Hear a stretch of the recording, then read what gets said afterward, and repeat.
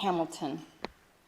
She's a lover of tea, birds, and creating in many forms. Quin first came to North Carolina to study textile art and traditional crafts.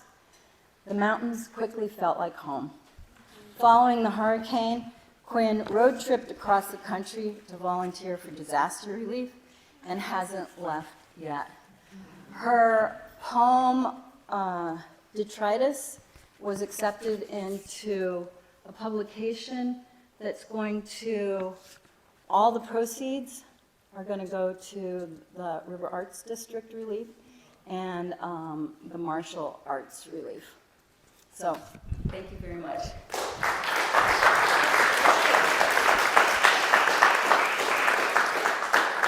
Hello, I'm very happy to be here.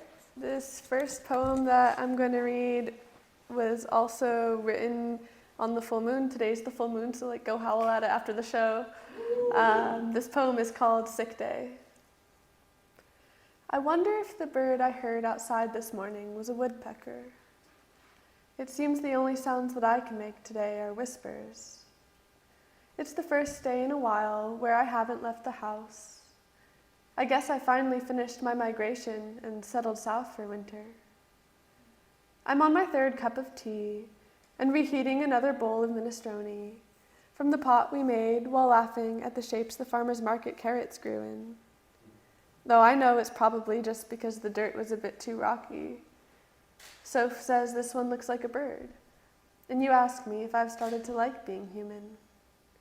This time I don't mind when my answer comes out no louder than a purr. The recently searched on my phone lists Jainism, potato souls, Sierpinski's triangle, and the definition of crepuscular, respectively in reference to soup, tattoos, possums, and raccoons, mostly things I was reminded of by you. Crepuscular. Hey, I've already seen more sunsets and sunrises this year than I bargained for. But when I howled at the full moon last night, it came out just a whimper. And I'm not up for going out, so instead you're coming over, and I'm filling up the tea kettle for another cup.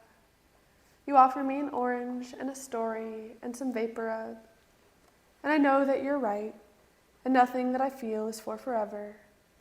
But as soon as I get my voice back, I'll say I love you louder. Oh.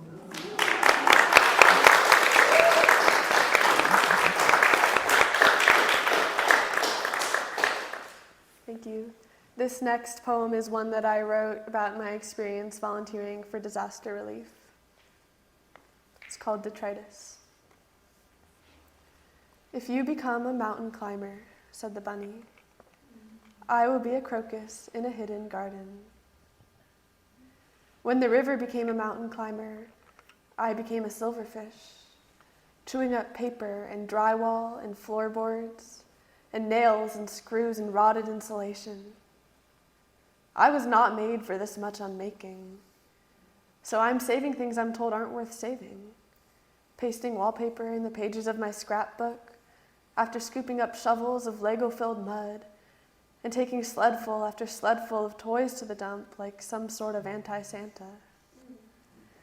When the river became a mountain climber and broke down the walls of the hidden gardens, like a mother after her runaway daughters, she didn't know she was drowning us, along with her bunnies and crocuses.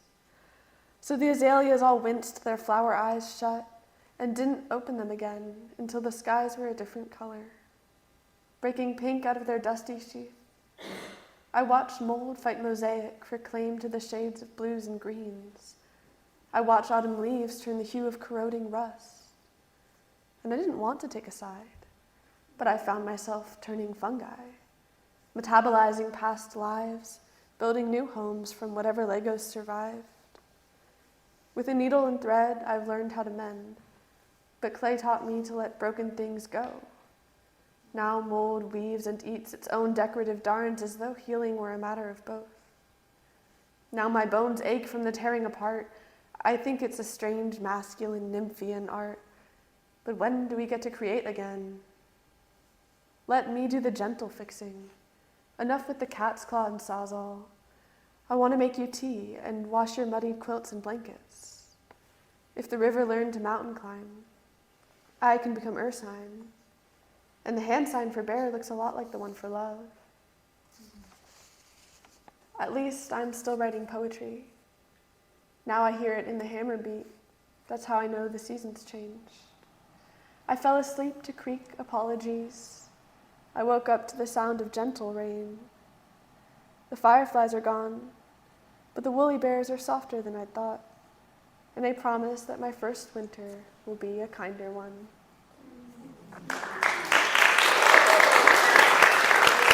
Thank you.